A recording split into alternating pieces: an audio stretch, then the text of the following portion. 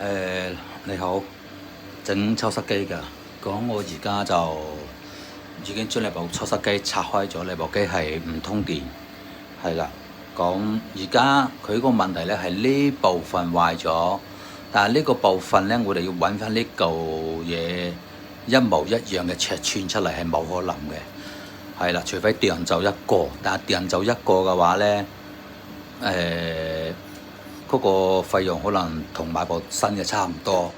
講我而家咧就攞咗一個變壓器，將條電咧直接輸入俾後級呢邊用，係啦。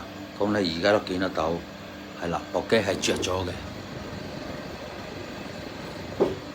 咁問題就嚟啦，因為呢裡面嘅空間得咁細，我哋個變壓器根本上擺唔到入去，係啦。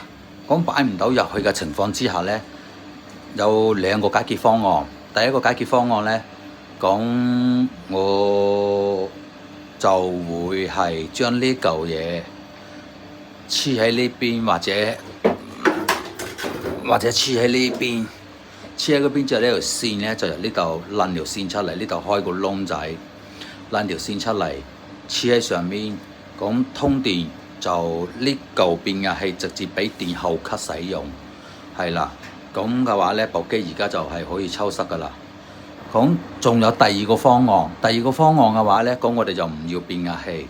講我哋嘅話呢，就將後級呢個部分嘅電壓直接打通，打通咗之後嘅話呢，一插電開機，直接風扇轉抽濕。